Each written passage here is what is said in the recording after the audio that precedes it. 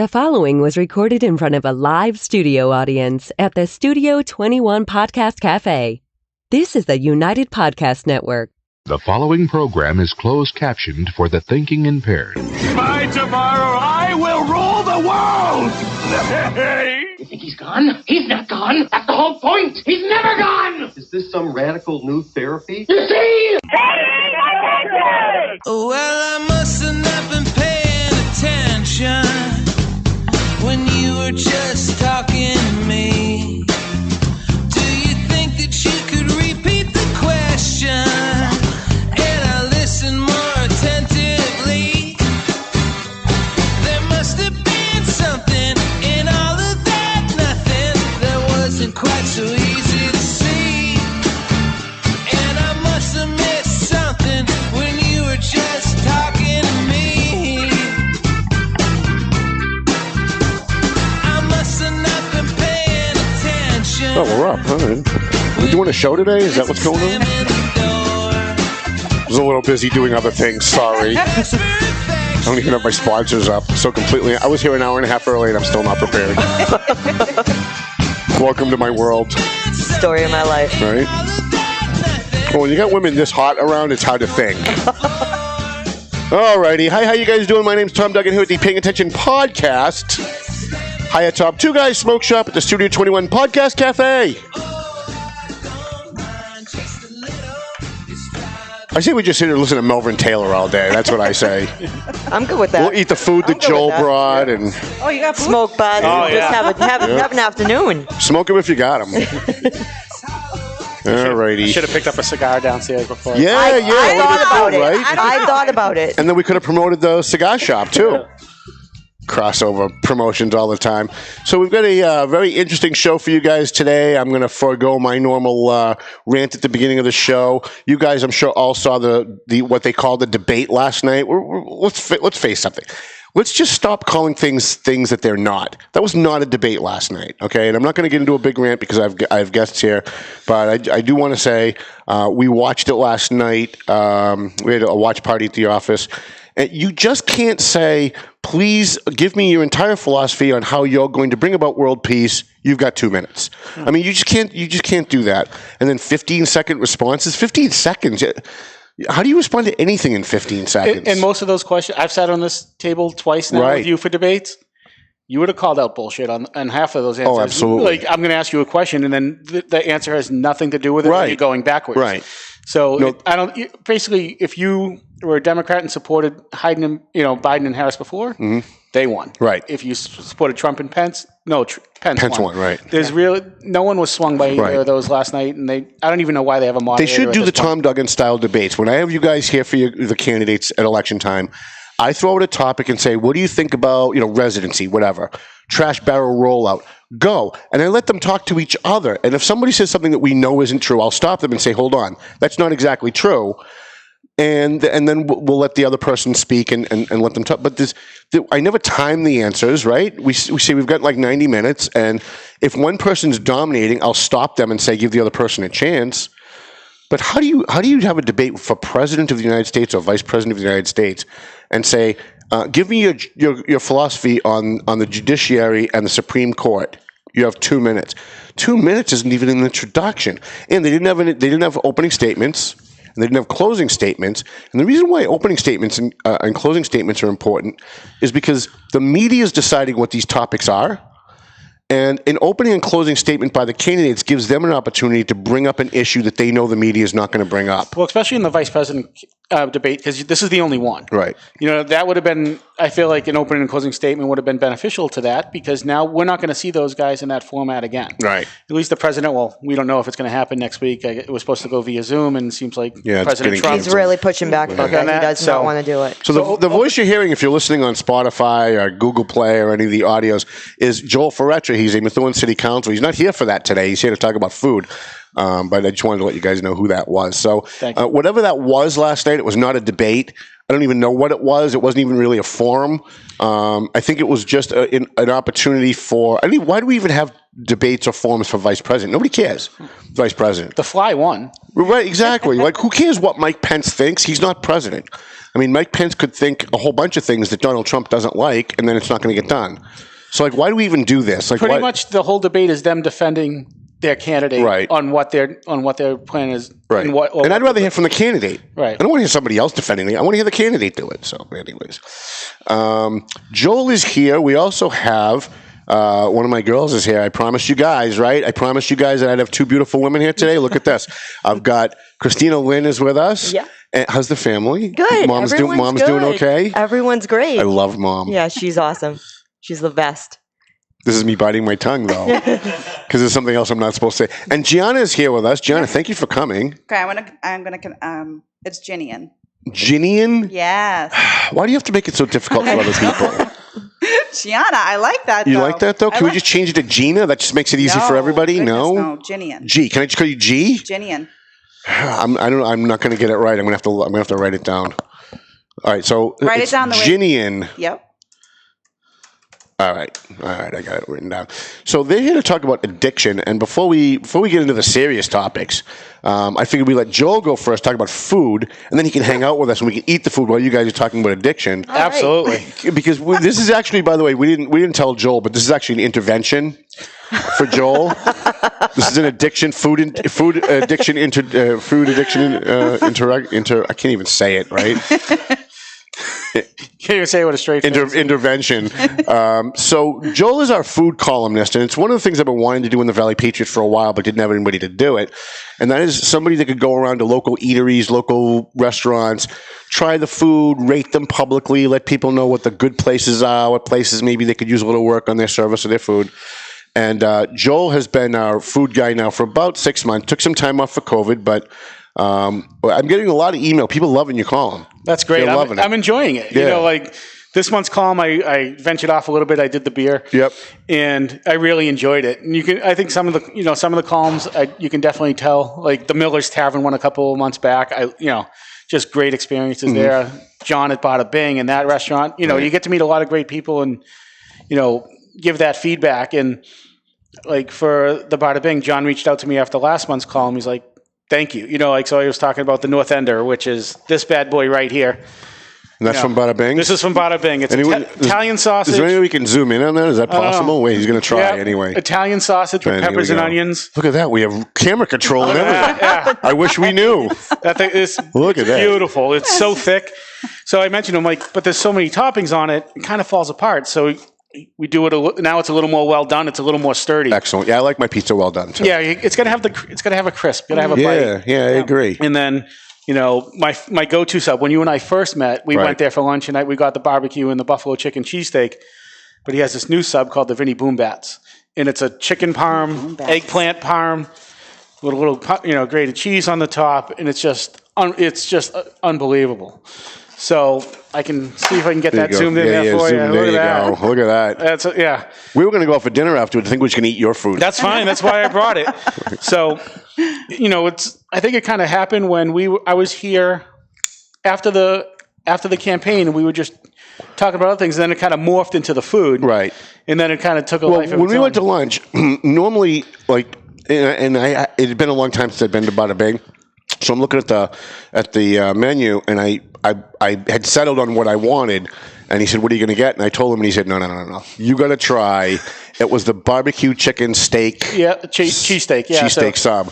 He said, "You got to try." So I love people that are enthusiastic about food because I eat out all the time. And I tried it, and I took like 2 bites. And I'm like, I need 3 of these to go, please. I'm gonna bring these home and gouged on them. And then when we were talking, and I was thinking about it afterwards. I'm like, well, if he's really good at food, like he's good at like recommending food, he should be doing that. We should do that in the Valley Patriot. Yeah, this body doesn't lie. Yeah, this isn't an accident. It's been years and years of neglect and abuse. So he says with pride. Yes, I love it. I love it. But no, so it's definitely opened up, my eyes to places maybe I wouldn't have went in the past. Mm-hmm. And so, with the beach pizza, I'm like, all right, I'll try that. Compare it to Tripoli's, compare it to Piero's. Right. What was your favorite? I forget. Was it Piero's? I liked Piero's. Yeah. It reminded me, I'm Everett originally, so going to the bakeries, that bakery pizza, a little bit of the sweeter. Right. I like Tripoli's. I was disappointed in beach pizza. But so if I was going to go between Tripoli's or beach pizza, it's Tripoli's all day. But there's something. It's always better if you get it at the beach. As Right. compared I to, agree with you. I agree. Definitely. It somehow tastes better It over does. there. Yeah. So have you tried? And I haven't been there yet, and it's just because of the COVID and everything else. There's a new restaurant that opened right before COVID. You feel so bad for them, Savastanos. I was across there. from Borelli's. I was there, and then I had an emergency, and I had to leave. I was meeting Diana DeZoglio there. We were going to have breakfast. I would leave food to go meet with Diana DeZoglio, but then too. and then I had an emergency in my house, so I had to leave. But I'm definitely planning to go back because I've heard great things about their lunch. Yep. But they meatball close early. subs. They close early. They're though, like right? a 7 to 2. Okay. I was in there. I met John, the owner, and I've been kind of skeptical about going inside of restaurants to eat. Mm-hmm. But this is my first time I went in there, and he's done so much work in there. And a lot of people don't realize how much money these restaurants are putting into precautions to make sure that you're safe. So there's barriers everywhere you can go because he doesn't have any place outside where you can set up tables. Right. So everything is spaced out. There's plastic, there's plexi dividers in between benches. So I felt pretty safe in there that with the environment and staff doing what they need to do in there, that it would be a fine place to go eat and you'd walk out of there feeling safe, So now when COVID first hit, we did takeout at Miller's Tavern. Because before Miller's Tavern, we were in there all the time, before COVID. And I was really disappointed at the takeout during COVID. Have they gotten better? I haven't done the takeout, but I've been back there a few times since they reopened and sat on that covered open seating. And I felt like they got better from when I was there the first time. Okay. I was there the day it opened. Right. We were there, and there was obviously little glitches that they needed to work out. But when I went back after they were able to open the outdoor seating, I felt like the food was better. I'm not a big fan of going to restaurants that normally don't do takeout and then switch to takeout. Right. I feel I feel like those restaurants behind the eight ball. You're dealing with regular pizza places who do that all the time. So now you're trying to recreate the wheel and trying to figure out, all right, how do I do this to go and all that? Because I love the Irish nachos. When we were there inside before COVID, the appetizers were like better than the actual entrees. I agree. Right? My wife loves their pretzels. Yep. The warm pretzels that come out.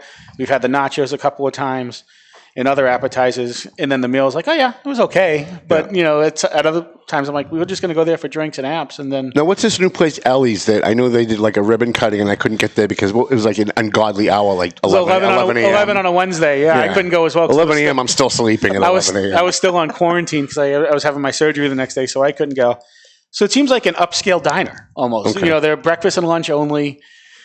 So those types of food, but it seems like they have a lot of different varieties that I've seen.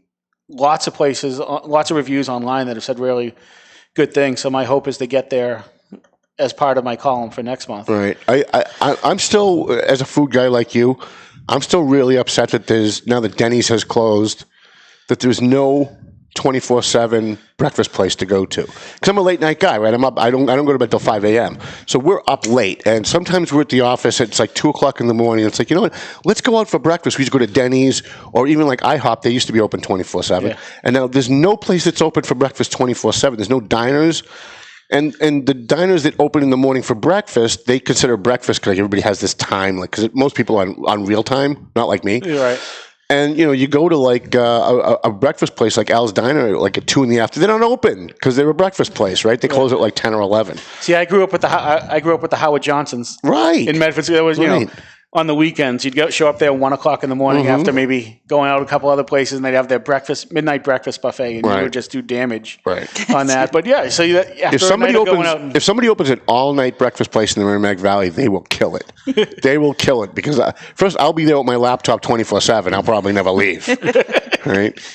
But I feel like it's not just even like a Taco Bell. A drive like those places just should be open to 1, 2 in the morning because that's your crowd. Right. You're out all night. You're doing now like, hey, I'm going to go get a 6-pack of tacos before I head home, and those even close at 10 and 11. I don't think there's a lot of places, and I don't even know if you can stay open late right now at this point because you can't. Governor's restrictions. Prior to COVID, there was a bunch of places, Dominican places in Lawrence. I don't think they were supposed to be open, but they were open till 3. They would stay open till 3 and serve food. Right. Because the bars would get out at like 1. And then people drive around and they meet their friends in a parking lot, and they all go looking for a place to eat. Right. So there are all these little pockets of places in Lawrence. And since COVID, the bars still aren't open. So the food places aren't open. So literally, like after 11 o'clock at night, there's no place to get food. You got a 24-hour McDonald's on Essex Street. I think you got one on Havel Street, Methuen. Right. And that's about it. Like seriously, if you're hungry at that time of night, you're screwed. Yeah, a little bit of a different term, but there's a barbecue truck in Lawrence. They park on the weekends over near the stadium called Boston Barbecue that I've seen phenomenal things about. Really? Got to go try it. I love food. No, are they trucks. 24/7? I'll follow him around. I'll drive around and follow him. It seems like he's there Fridays and then there Saturdays and Sundays until they sell out. But food trucks are great. The mayor and I have talked about, and then COVID hit, about like a food truck festival in Methuen, somewhere where you just get a bunch of food trucks in, rope it off, and just go from truck to truck and do some samples. And But can I ask you a council question? Absolutely. So with Methuen's back in the red on COVID, right? Yeah.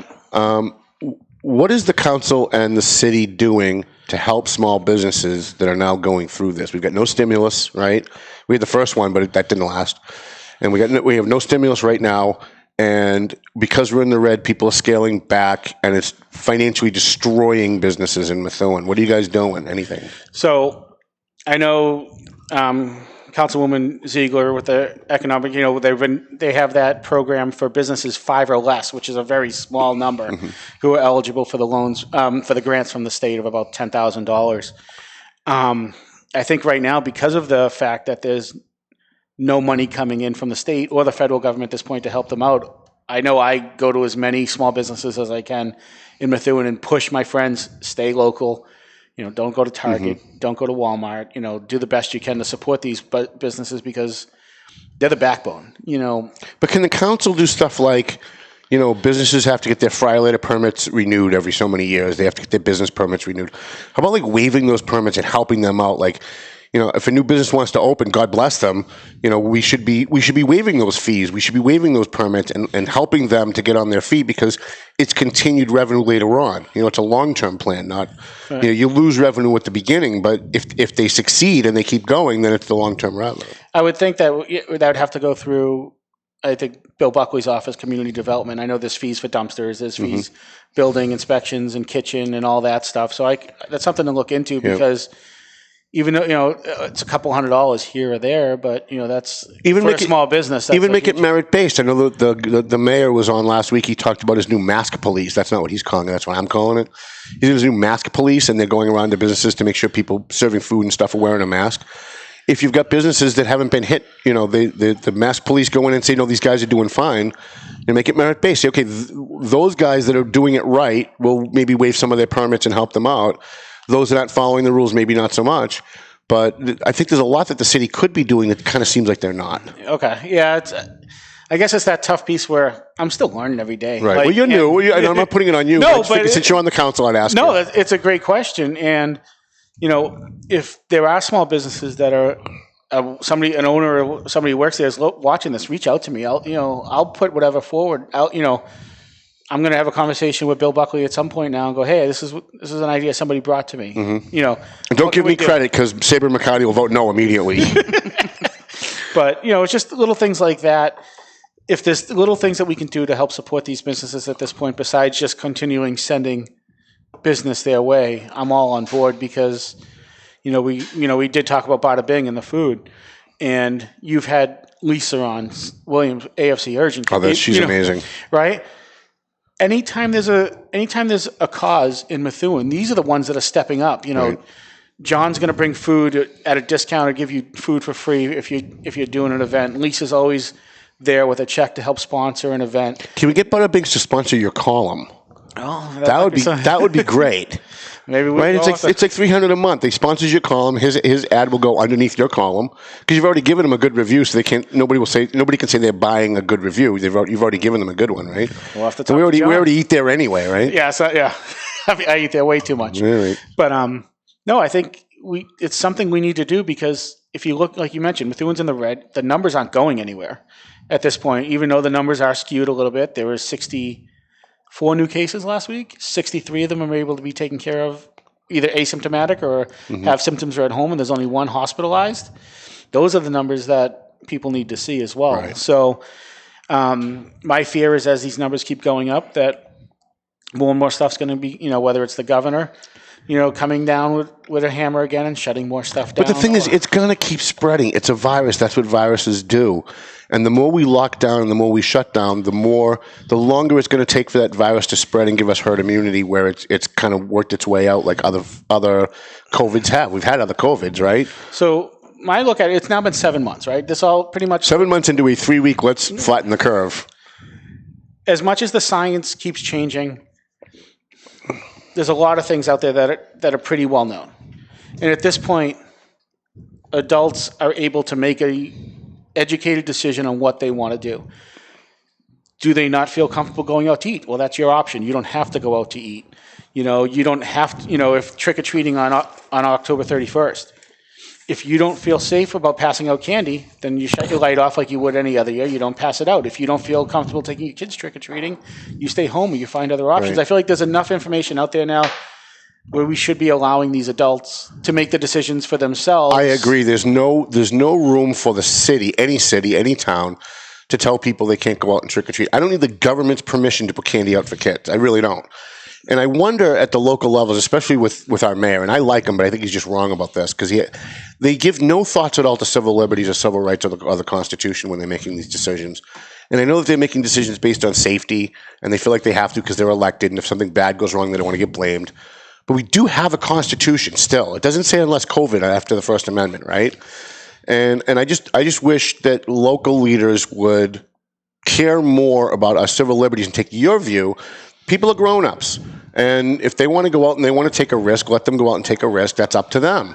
And those who don't take the risk will obviously, Well, as much as I disagree on a lot of the stuff that the governor has done, he came out the other day and said, as a state, we're not banning Halloween statewide as trick-or-treating, because all that's going to do is send people inside and you're going to have large parties. Right.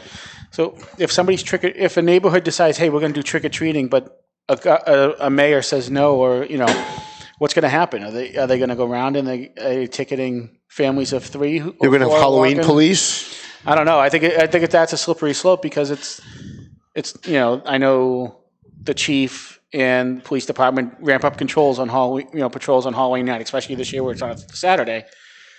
But if you get kids walking neighborhoods, if you can pull up to Chick-fil-A and have them hand you a bag of food, if you can pull up to McDonald's or Burger King and have them hand you a bag of food, there's no reason why kid can't knock on my door and I can't hand him a bag of candy. I've got an 8-foot piece of PVC pipe that's like this round that's just going to attach to my railing, and I'm just going to shoot it, and I'm going to shoot it down the railing, put the bag underneath.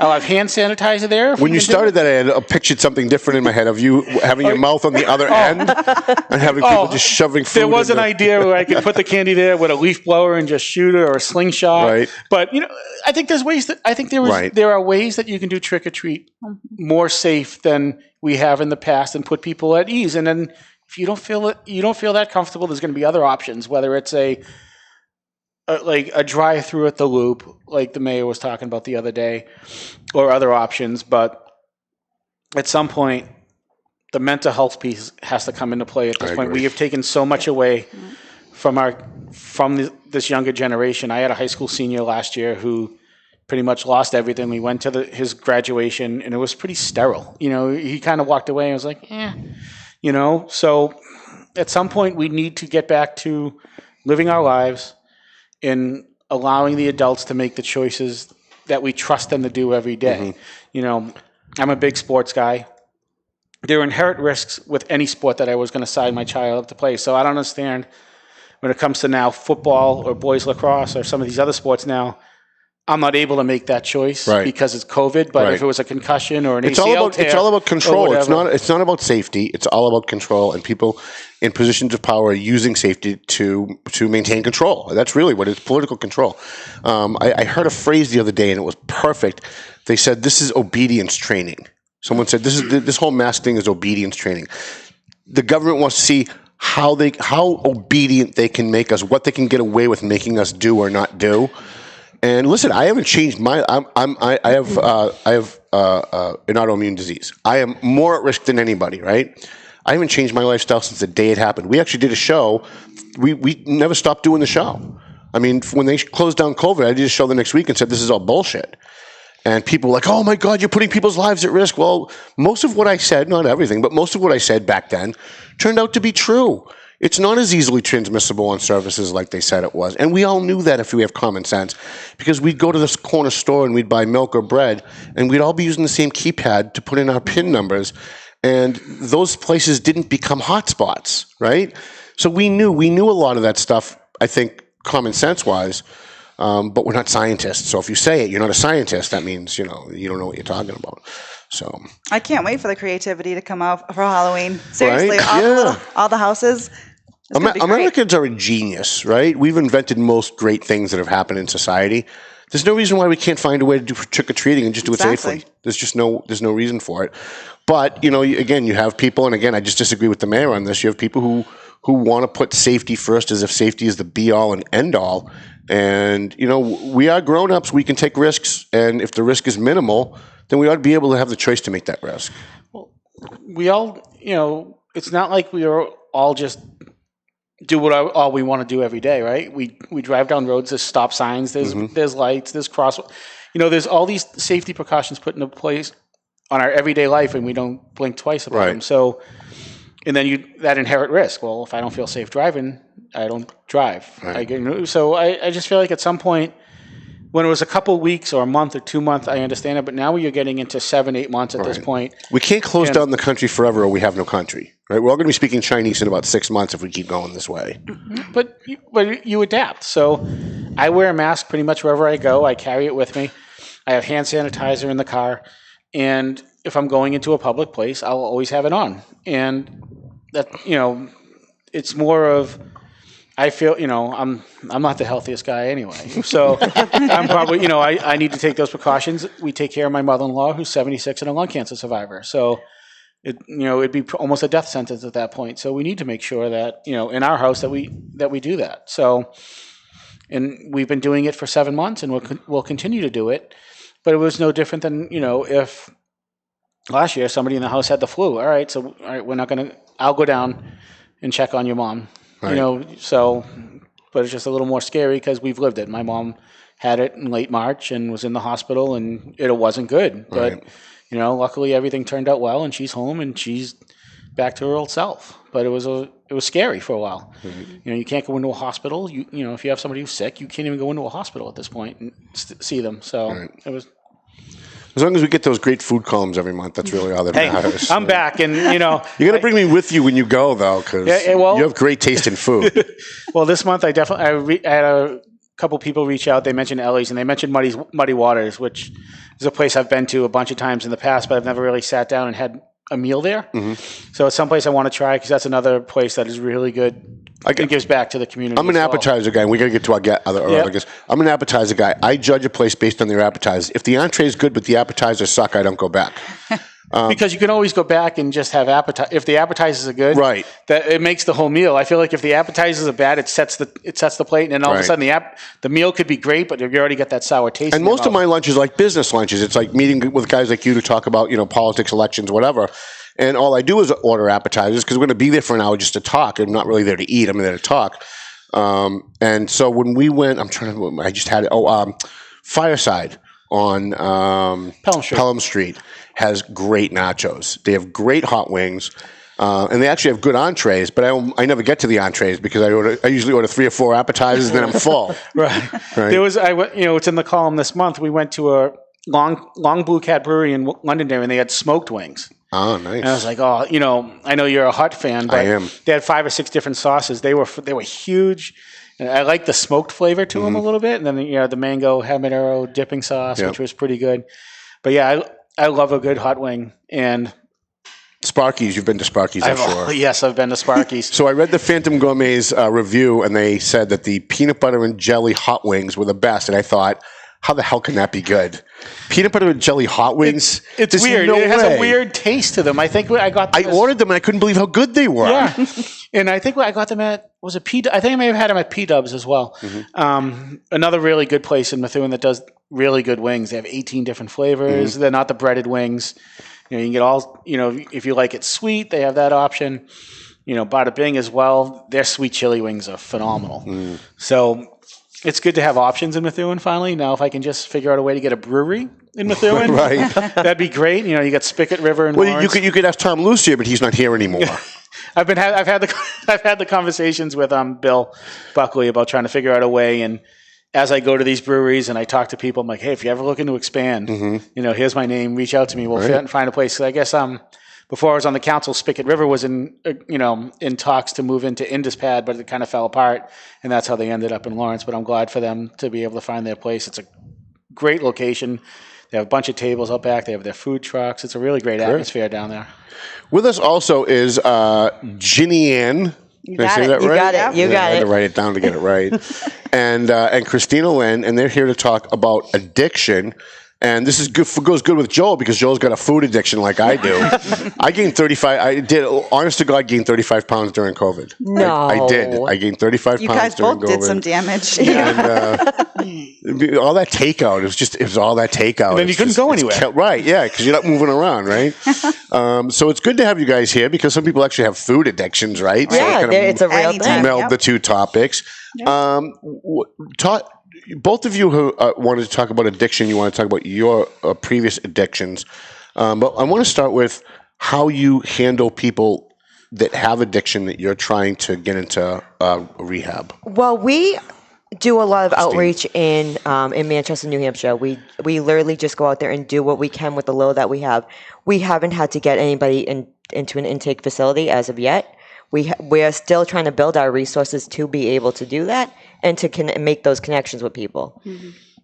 So that's the work that we're doing. As of right now, we're just really trying to get out there and work with the homeless, work with people that are suffering from addiction, work with people that are suffering from mental health issues, because they usually go hand in hand, the addiction and the mental health issue. It's a dual diagnosis. Mm-hmm. We're seeing a lot of that, and we're just trying to alleviate some of that everyday pain that they go through.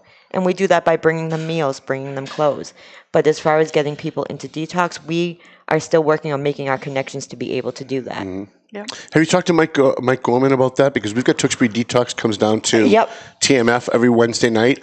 And if somebody we've learned that if someone says they want to get into rehab and you don't get them right that minute. They have to want it. And a lot of the people on the street right now don't want it. If you don't want it, I can't force you. Right. You have to want that recovery. But we found if we get someone who says, yes, I think I'm ready to go into you can detox, get them right in. If you don't get them right that minute, 5 minutes later, they're thinking about their next fix and you've lost them. Right. And so you've got to get them when they say they're ready, which is why we like to have Tewksbury Detox there at the scene. And I love that. I love what TMF does. And the first time I met Michael was at one of your bash events. And I literally seeked him out and I said, I love what you're doing. I want a part of it. And that's how Michael and I connected. And I just started showing up at the events and making connections with different people, talking to different people. But how come you never bring Ginny in with you? I was there. Been there. I've been there many times. She was there last night. Yes. But I think that was the first time I'd seen you. Oh, no, she's been there over a handful of times. I don't know how I missed that. Were you wearing a mask or something? Maybe? No. I was in the dark all the time. Right. Bringing clothes, bringing donations at the beginning of the year. You're going to come over and hang out with us at the Cars in the Back afterwards. Yeah. That's what we do. We like to, right when we get there, we usually dive right in, get going, get stuff organized. Get the tables ready. And then I come visit you. Right. Talk about your addiction. Talk about how you got into this. So probably about 16 to 18, I started drinking a little bit, going to parties, And then how it usually happens, I ended up meeting my ex-husband, Ryan, freshman year of high school. He ended up getting kicked out because he had a joint. And he went to Lawrence Tech, and I didn't see him until my senior year in prom. And we got together, started dating September, and 4 months after that, he ended up getting into a major car accident in Methuen. He hit a tree, and he was on life support. This was back in 2003. And right before that, we started dabbling into coke and drinking every single weekend or every single time we were together. I was working full-time. He was working full-time. He was in electrical. I was in medical field. And then he hit a tree. Our entire relationship shifted. So 19 years old, being faced with somebody who you're dating, and you can leave on deathbed, just leave and say, I don't want any part of this. Mm-hmm. or you can stick with a person and fight with everything for them. Right. And I chose to fight. So How'd that work out? he actually died by suicide 2013. Oh, I'm sorry to hear that. So it didn't work out that well. But I mean, fighting addiction every single day, both of us with Percocet, with any type of like. Did it start with the pills? Did it start with the prescription pills? Coke. Okay. And then my back went out, and when he came out of his coma and he started nurturing himself back to health, he was already on fentanyl. He was already on Dilaudid. He was already on Percocet. So he's already doped up. Right. From 2003 to 2007, that's when the opiate addiction went a huge boom into this entire world. So I was on just 5 milligram of Percocet, 10 milligram, trying every single which way to get more medicine, just saying to my doctor, you know, if I took too much, you know, and back then they weren't educated on it enough. Right, so they would just write the script. They would just write it every I miss those days. You could do it a week. You could fill it a week before it was actually due. Now you can't even fill it 24 hours before you do because of the opiate crisis. I got addicted to Vicodin because I had a wisdom tooth out. And they gave me a prescription for Vicodin, but it was like 4,000 pills, right? Like obviously I'm exaggerating, right? Yeah, no, right. But they gave me like an unlimited number of Vicodin, and I was eating them like candy because if you take a Vicodin, that makes you feel really good. And that's how a lot of addiction starts. So people go in for a procedure. That's how a lot of athletes become addicts. Yeah. Right. They have an injury, they go in for surgery, they get put on painkillers, boom, it turns into an addiction. The pain. So back when I used to drink, which I haven't, not that I'm an alcoholic, but I don't like it anymore, so I generally don't drink. Every once in a while I'll have one. Yeah. But back when I used to drink, I was taking the Vicodins, and I was drinking, and I had a seizure. And it scared the hell out of me. I thought I was going to die. So I went cold turkey. I locked myself in my apartment, and I went cold turkey and threw up for about 4 days. Yep. And, you know, slapped and hugged the toilet an awful lot. And when it was over, I was like, okay, I'm going to just stay away from whatever these opioids are. And that was long before the opioid crisis. It was long before all of this. I can't even imagine now how powerful fentanyl and some of these other things are, how someone can get off of it. Yeah. Well, Joel. I have a history of it. My father was a heroin addict. He died when I was 15. So I get petrified. So I just had the knee replacement surgery. I take those medicines like very. I'd rather suffer. I don't even like to take aspirins now. I'm afraid. So I took I had the surgery on a Thursday. By Saturday, I'd weaned myself off the oxy. That's awesome. Because there is studies out there that there's a biological biological component. There's a hereditary component to this. Right. And that's why when I got in my 20s, I became very aware of it because I come from a history of it as well, which is why I suffered from mental health issues, but not so much that like an addiction piece, because I was always very aware of where I came from and I knew where I could go, and I just didn't want to go down that road. Like things were dark enough without. Yeah, I remember drugs. Going to meetings with my father. 12 or 13 in the basement of a church in Revere, and hearing the stories of him and now. I didn't realize it at the time, but he was going in and out of Baldpate, in and out of rehab, and it really. And then when you get older, you're like, it really just like, all right. And then you read about the hereditary stuff, and you're like, I'm staying away from this as much as I can. And now when I have surgeries or any of that stuff, it's like, I'll be all right with the Tylenol. I'd rather suffer for a little I'll say, bit. give me a few like Motrin if I ever need anything done. Yeah. And then once that's done, it's over. Yeah. What advice can you give to families who think that maybe they have a family member that might be addicted? It's very difficult because the person doesn't want to go to detox. They want to continue taking the drugs. They're addicted to it. It's something they're physically addicted to. And the family doesn't know what to do, or how do they recognize it? I mean, a lot of people don't know that, their 30-year-old kid that's living at home is raiding their medicine cabinet every day and getting addicted. What kind of advice do you give to them? Set boundaries and have as much patience as you can. You have to set boundaries with them. You have to don't enable. Yeah, don't try and be their savior either. Don't try and be their savior. They're going to do it no matter what. You can try and help them. You can love your child, but don't enable them. And you have to set boundaries. Boundaries are there to keep us safe. Like that's why we have boundaries. I have boundaries with everyone in my life. Yeah.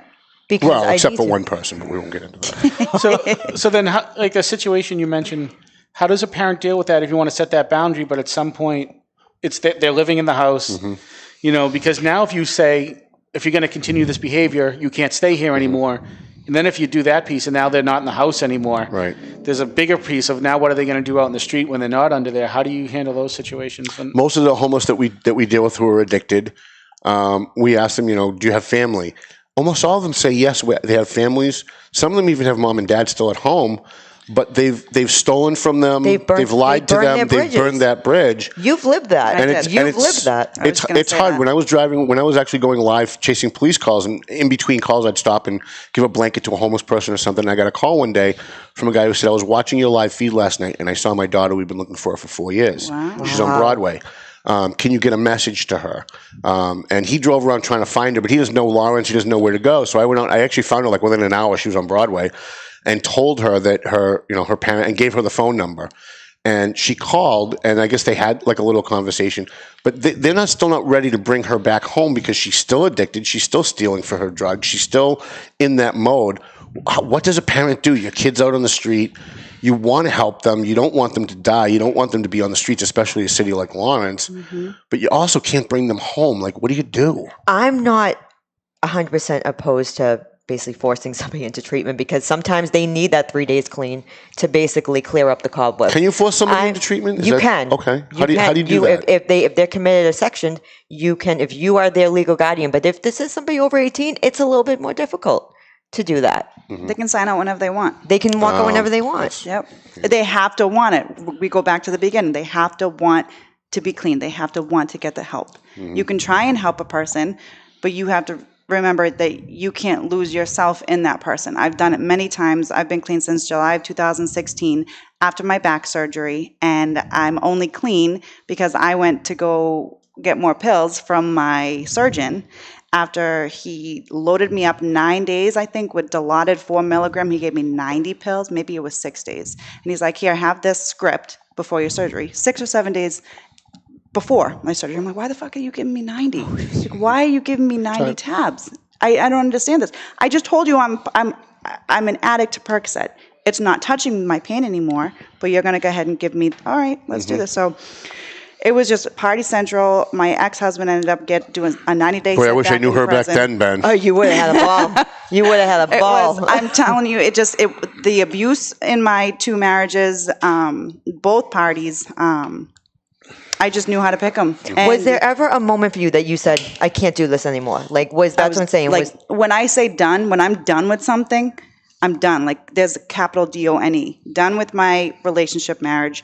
Done with my addiction. I needed it all happened at once. The marriage went down. The addiction went. Everything terminated at once. The addiction ended before the marriage ended. So. Well, yeah, divorce takes time. Yeah, divorce takes time. I was like, well, I'm going to me the right way, and you're going off this way. So I'm just going to stay on my path, and you can go do your own thing. Right. And he's freaking been in prison like 5 times since then. Not my problem.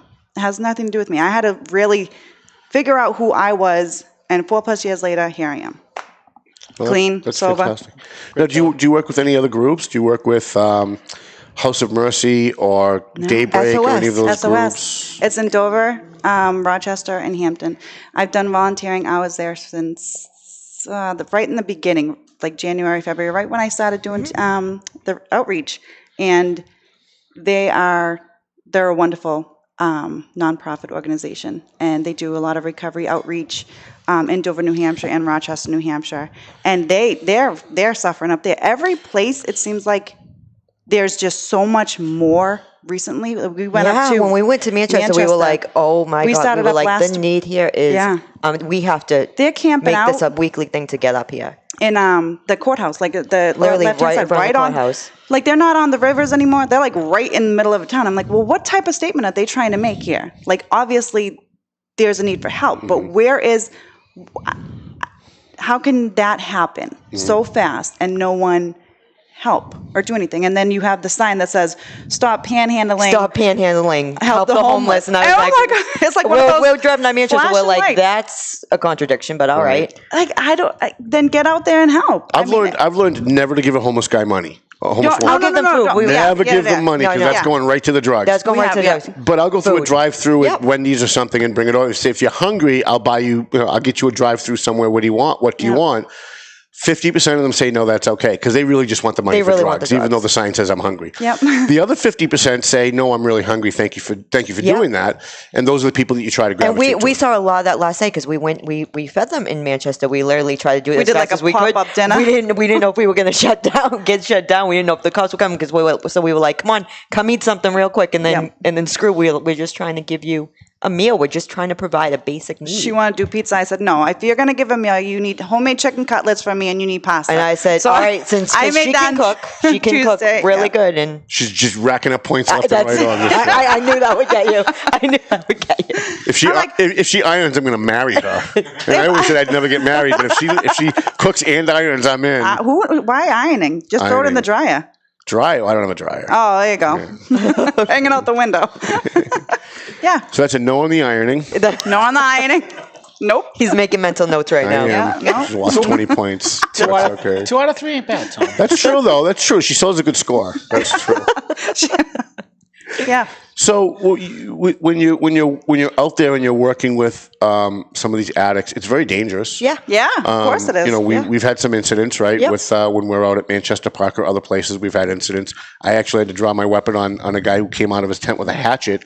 He was so drugged up on PCP or something. He saw me, but he thought I was some kind of evil monster. Like he was seeing something different than what Really? everybody else saw. And I was like, listen, I brought you food. I can shoot you or I can feed you. It's up to you. And it finally clicked in, and he's like, oh, food. And he smelled it, and he put the hatchet down, and I fed him, and he was fine. I was actually live on Facebook when that happened. My mom was flipping out. But my point is, it's very dangerous because you don't know the mental illness of the people that you're dealing with. You don't know how violent they may or may not be. They might have just gotten out of jail. And yet you're going into these places. Do you bring security? Do you go armed? Do you what kind of protocols do you use? Because I don't go unless I'm armed. We've never brought anything with us. Really? There's no All kind the of police time, protection. nothing. No. That's not a good thing. Well, We have mace. we just got We have mace. Yeah, because she just got on it yesterday. Sunday. She was like a little. I bugged felt out it. on- I'm like, you know what? There's more people here. There's so much activity going on in these She was like, streets. we And need I'm to like, do something to protect us. I was like, Yeah. oh, all right. I go mace. I go that'll work for now. You guys, especially being as beautiful as both of you are, should have a gun permit, right? Oh, I've heard that from multiple people. you should have I'm a gun getting that permit. from many Yeah. different ends. Now, what town do you live in? I live in Haverhill. You're in Haverhill, and you're in. All right, so Denaro's not anti-gun. The chief and the chief's the one that makes the decision. You guys should apply. You should be protecting yourselves because there's a lot of people who have done this homeless outreach who aren't here anymore because they turned their back on the wrong guy. Yeah. And it's sad. It discourages other people from doing it. We've had people that have come out with us that won't do it again because of situations that have happened. And I worry about the angels out there like you guys who are out there trying to do good and trying to help people that might not even want the help. You're putting yourselves at risk. We have had that conversation because for a long time we weren't carrying anything with us. It was just her and I and our bad attitudes. Like that was it. That Take was Joel our with you. protection. You take Joel with you, they'll run. It doesn't matter if they've got an axe or a machete. If they see Joel, they're going in the other direction. When I first saw him, I was afraid. I almost ran in the other direction. He looks like a big teddy bear. That's what I was going to say. It's the first time I met about him. him. He looked. I thought you looked very pleasant. Thank you. So I I have get food. I'm good. I got food. I've been out of work for a month. Everything's good right now. So I've reached out for donations multiple months. Every single time I reach out for toiletries, conditioning, shampoos, body washes, anything. And we'll go anything. wherever we need to go pick it up. Nashua, Andover, Merrimack, Wyndham, Derry, we London, go Derry. there. So it sounds like, Tom, they're running into the same things like Michael does, where the local businesses and everyone's willing to step up, but the governments are the ones right now that are kind of failing these individuals because there aren't the services that they need. It becomes these two women here or other people willing to step up and help, and we really need these governments who can really step up and bring that situation. Well, that brings me to a good point because during the election, I asked, I think, at all of the debates, if someone becomes homeless in Methuen or someone's addicted, they become homeless in Methuen for whatever reason. There are no services for them in Methuen. There's no place for a homeless person to go and get help in Methuen. So if you're a Methuen resident who paid taxes your whole life, owned a home, had a business, had a family, and you hit hard times and you end up on the street, you end up in Lawrence because that's where the services are, or so people think, right? There's not really quite as many services. It's a hard. Let me tell you, it is a think. hard system to navigate. Yeah. It is a difficult system to You navigate. try and get somebody on the phone, you got to forget leave a it. message. You're going to hear Forget back it. in 48 hours. Right. No, I need somebody 48, now. maybe 2 weeks. So we need people in Methuen to be more mindful of this and start working on having some kind of outreach service. Like we've got a youth center in almost every community. We've got a senior center in almost every community. We ought to have a homeless shelter in almost every community because if you don't, people from Methuen, North Andover, Andover. They become homeless. They all go to the same place. They're all in Lawrence. And now you've got all these people who are addicted with mental illnesses all in the same place, and guys like Dan Rivera have to deal with it. Unfortunately, his idea of dealing with it is not dealing with it, is pretending it doesn't exist. Ignore it until it goes away. It's completely there. Ignore it until it goes away. And so that exacerbates the problem because they're all going there and now they're not getting the services. We need people like Mike Gorman, people like you, people like Nancy. Because we want to do the work. Right. We want to do the work. Absolutely. Like, we want to put the work in. So we should task Joel to do that. We need Joel to be our homeless ambassador on the city council. Because I think in Methuen there are organizations that are willing to help individuals and families, but not when at the point of homelessness. It's kind of like, Right. all right, now An you gotta addiction. go. Well, right. in Methuen, that's why CARES was created, to basically help families that are in need, especially when COVID hit. That's something that should, I hope to see, Continue. I really do. I really I'd love hope to they see that grow continue into a it. nonprofit. Yeah. And be able to then expand the services right now. You know, it Because was a great there's a idea by the need. city to do that, but the need is still there. I was, Right. you know, I was mentioned before, I was with Randy Carter today, passing out food. Good guy. But he's a great guy and his heart's in the right place. But, you know, so he's like, well, I'm getting all these care packages. It's all perishable, so it's only good for a week. And what he does, he opened it up to Methuen Cares.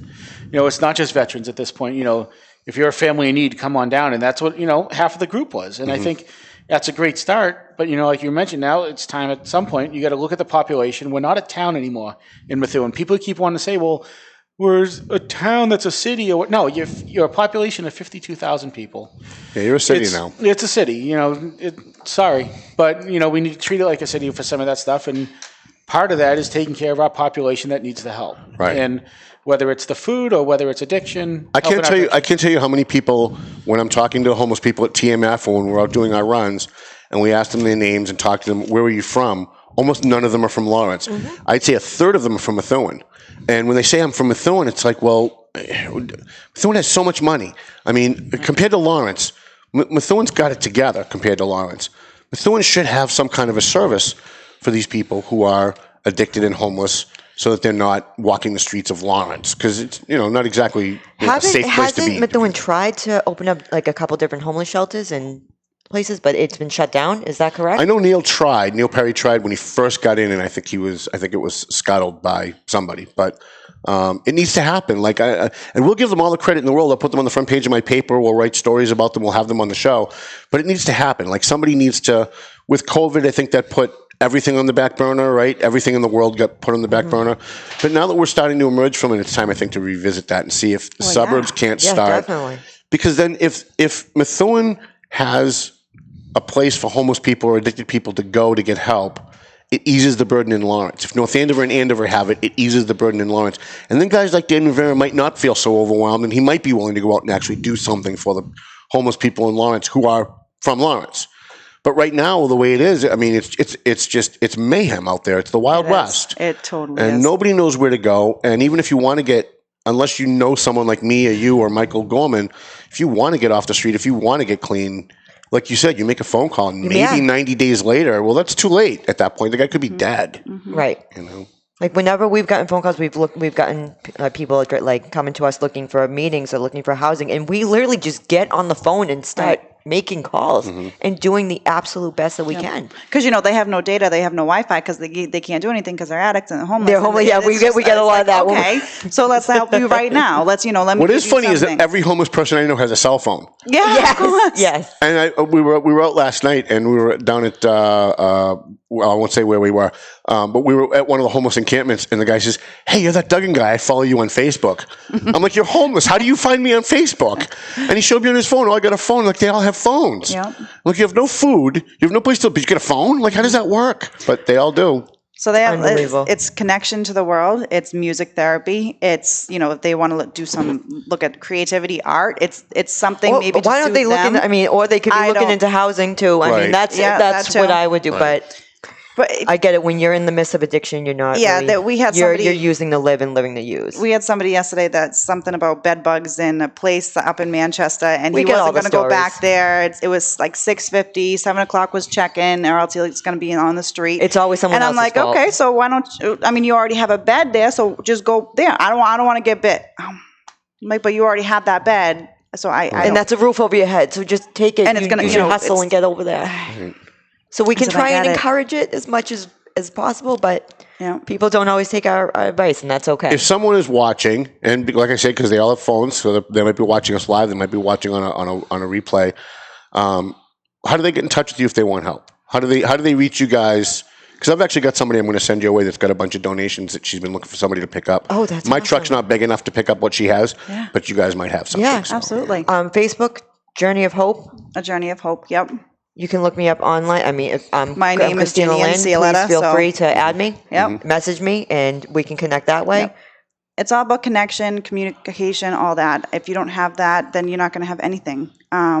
We're real. We're right here. We're probably If people reach out to you after, please give me send their them our way. information. I'll send them all of my information. Yep. So we can connect. We're just trying to connect with people. And I know what people need the most. Homeless addicts need the most: boxer shorts, toiletries, socks, feminine hygiene products. There's a lot of women, a lot of women on the streets. I mean, we're seeing more and more almost every day. Yep. And so those kind of things are the things that if people can donate. And as the months get colder, we always are looking for like the hand warmers. Socks are a huge thing. Blankets. Sternos. Yes. I have a case of Sternos I've been driving around in my car since last winter, because as we're out there and we're talking to people, they're like, "We're so cold. Can we get a Sterno?" And my first thought was, you give them a Sterno, they're going to burn down their tent, right? Or they're going to use it to cook their drugs, right? But then we ran across a guy named Ralph. You guys all know Ralph, right? From TMF, the tall black guy. He was rapping last night. Love Ralph. And he was like, no. Like we used to cook our food, and because it takes so long for the Sterno to burn down, it warms the tent. It helps us stay warm. So Nancy went out and got like 4 cases of Sternos. I still have one in my car just in case for emergencies. So if people want to donate, Sterno cans, boxers, toiletries, socks. I think socks is the one thing that we get asked for the most. Gloves and hats for the wintertime, scarves for the wintertime, and blankets. We're really lucky at the Valley Patriot because we put this out on Facebook all the time. I'll come home from the show and there'll be 5 bags of clothes sitting outside my office door. People want to help. Yeah, they do. People do want to help. But they don't know how. And that's one of the reasons I like to have people like you on, because the people who want to help but don't know how to, you become the conduit to making that happen. And we're still learning. We're still navigating this. Every day. Every day we're still navigating this. I have a friend who says the same as that. He says, I'd rather give them money than, give them something else. I'm like, but you have to understand, if you're handing them money, they're not doing it. Some are not doing it for the appropriate reason. Right. So you're just feeding their addiction. Because that money's going to go to drugs. 100%. I think what you said is spot on. People are more willing to help when they know exactly what the money's going to or whatever. Or if you say, this is what I need. Right. And then it's a lot easier for people to do that instead of just saying, hey, donate money to this cause. I think, a couple of times when Michael's put up there for special nights, hey, we're looking to do barbecue, or they were doing the breakfast or whatever. Hey, we need X, Y, and Z, or we need a couple bucks for this. People are much more willing to hand out that money when they know exactly where it's going, or if it's just instead of just saying, hey, I need money to help. And there were some great businesses out there like Harrow's Pies, who follows me on Facebook. I've never met them, but they follow me on Facebook. They saw that Michael was looking for somebody to sponsor a food night one night to donate food. And they showed up with like 50 pies. And I don't mean little pies. I mean like the big pies. And there was so much left over that we took them and we drove around to all the tent cities and we delivered them to the tent cities. My God, you would have thought it was Christmas morning when we showed up with those pies. They loved it. But here's a guy that owns a business at Harrow's Pies who sees that the community has a need, and out of his pocket, he donates the food. And there's a lot of people out there that like them, and we always want to highlight them when they do, because we want to highlight the people that do good things. But had he not seen on my Facebook page the specific need that we had, he might have always wanted to help but didn't know how, right? And so that's why I think it's important to have guys like Michael Gorman come on from time to time, and you guys to come on to let them know. They can always reach out to you through me, but give what's the name of the A Journey of Hope. A Journey of Hope on Facebook. Yes. So there's no website, just a Facebook page. Just a Facebook page as of right now. We're working on some things. I'm the only Ginny Ancioletta there, so it's just very type my name in. No, I'm not asking this for personal reasons. I actually have a reason for asking this. Do either of you have boyfriends or husbands? Boyfriend. Okay. Does he go out of his mind when he finds out you're going out to do this? He is one of the people. Because if my girlfriend was doing this, really, I'd be pissed. Encouraging me. He wants me to be safe, and that's his biggest concern is to stay safe. He's like, I love you so much. I don't know what I would do if anything happened to you. I just need you to be safe when you go and do this, and you're not being safe. Right. So and I agree with that. You're not being safe. You need it's to be never more a safe. fight. He's very supportive of everything I do and everything I'm trying to accomplish. But his biggest concern is my safety, and I get that. Mm-hmm. Yeah, I mean, if I was dating somebody that hot, I wouldn't want her out there doing any of this stuff. I just wouldn't. I'd be like, "You're not. I'm going with you, and I'm coming with like 15 guns with me. You are not going out there to do that." But see, you've seen stuff. Yeah. We have not yet. I think Sunday was the mental. first. We've seen the mental. I've seen a lot of that working in psych, and I've seen a lot of that behavior, but. It doesn't, like, you were more freaked out than I was. I was like, and I don't get freaked out. She does not I've been get freaked around out. it so many times that I just was like this. But where we were so exposed and unfamiliar, I think she was really wigged out. I was just kind of like, oh, he's probably dual diagnosed. I kind of blew it off a little bit, but you were right for being concerned. Yeah. I always tell everybody in this business to watch American Sniper. Yes, Because at the very end, here's a guy that, he went off to war. He came back. He was helping homeless veterans. He took a veteran out to go shooting with him, turned his back to the guy for 3 seconds, and the guy shot him and killed him. For whatever reason, maybe he thought he was a monster, he was having a flashback, whatever. That's mental illness. And I always say to Nancy and Chris and everybody that comes out with us to do the homeless stuff, Chris Kyle, you got to remember that in the back of your head. No matter how much you might think you know that person because you've serviced them before, they've come to TMF, you're familiar with them, that doesn't mean they're safe. It doesn't mean they're safe. You cannot turn your back to these people, and you've got to have some kind of safety precautions because it is very dangerous, and it sucks because you want to go out and you want to just help people, right? And you don't want to put your life in danger doing it. But we can't be ignorant. Are. We cannot be ignorant to it either. Right. We can't be. We know what mental health issues look like. We can't. I am full of hope, and I absolutely love people, but I'm not ignorant to the fact that not all people are good. I am not and do not have a relationship right now, but I am dating. But it doesn't matter because I love how you went back to that. Yeah, okay. no, it's a question there. But I had more than enough in my 2 marriages to handle, and with one passed away already, and the other one in prison with all of his diagnosis, and still fighting the meth addiction. I'm solid. I'm good right now. I need to help. So she knows how to pick them. Right. I was just going to say she has really bad taste in men, so I should be all right. Oh, you should be good. You should be golden. Consummate bad boy. So we've got a few minutes left. What do you want people to come away from today's show with, the addicts and the families of addicts? What is it that you want them to remember? Because they're going to watch the show. They're going to remember maybe one thing that everybody said. What's the one thing you wish that they'd remember from today? Don't ever give up on your family because they always come through. I came through. Whether they're set free in their own world, that's a tough pill to swallow. No pun intended by that. And if they just come free living, like I'm free living right now. What do you mean free living? With no tie down, no addiction, nothing tying me down. No, what are those called? Come on, help me out. Shackles. Thank you. No shackles. Okay. No cuffs. I'm free to do whatever I want. I'm doing. You're not burdened by your addiction. You're not living to use. You're not using to live. No. My thing, I would say set boundaries, but be patient. You can love your family, but you can not always. You don't have to constantly try and fix them. No. Boundaries are necessary. They are. You can love your family unconditionally. You can love your kids unconditionally, but you can still set that boundary. It's a hard thing to swallow. It really is. It's so hard. It's hard on your heart. It's hard on the family's heart. Everybody suffers no matter what. It's a family disease. Yeah. All right, Joel, any final words on our food? No, just. Are we going to open it? Want me to pass it around? You guys can each grab a slice. I thought we were all going out for dinner after. Take a slice, pass it around. Right. No, just as we talk, just keep supporting these local businesses. It's, the biggest thing is don't punish the wait staff. Don't punish the bartender because they're asking you about the mask when you go to the bathroom. You're just checking it out. What are you doing? Absolutely. She's investigating. They're struggling just like the rest of us about trying to, live under these guidelines.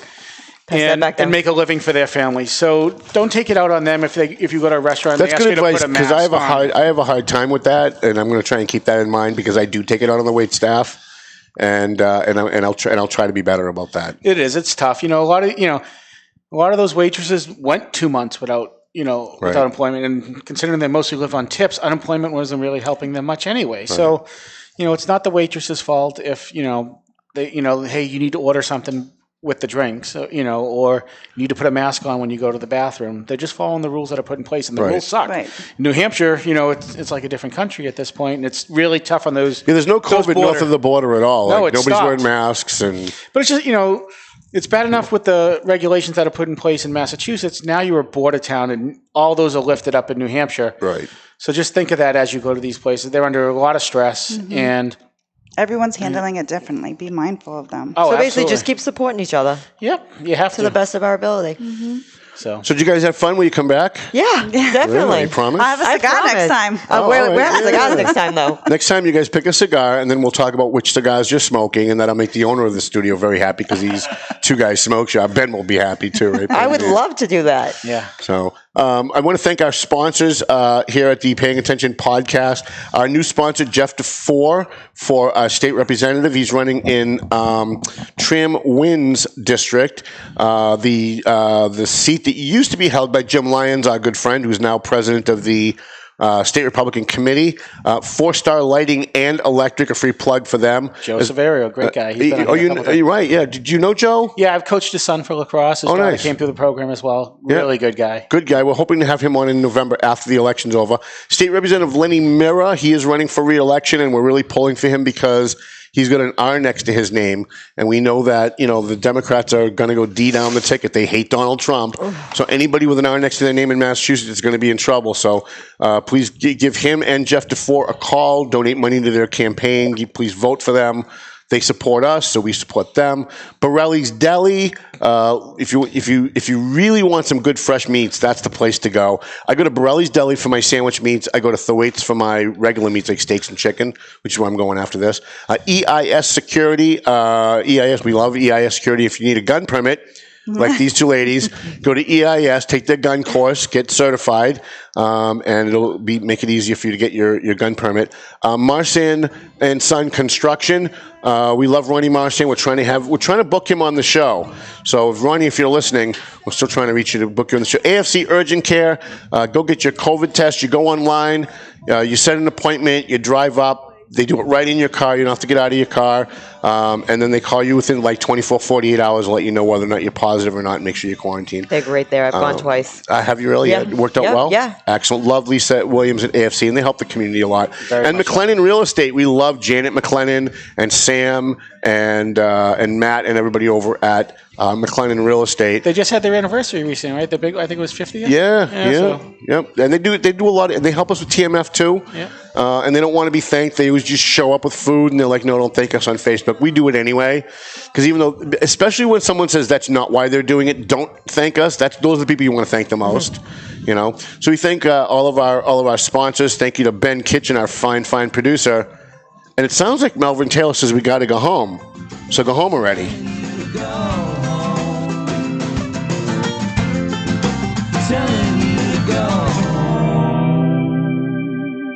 The views and opinions expressed by the hosts, guests, or callers of this program do not necessarily reflect the opinions of the Studio 21 Podcast Cafe, the United Podcast Network, its partners, or affiliates.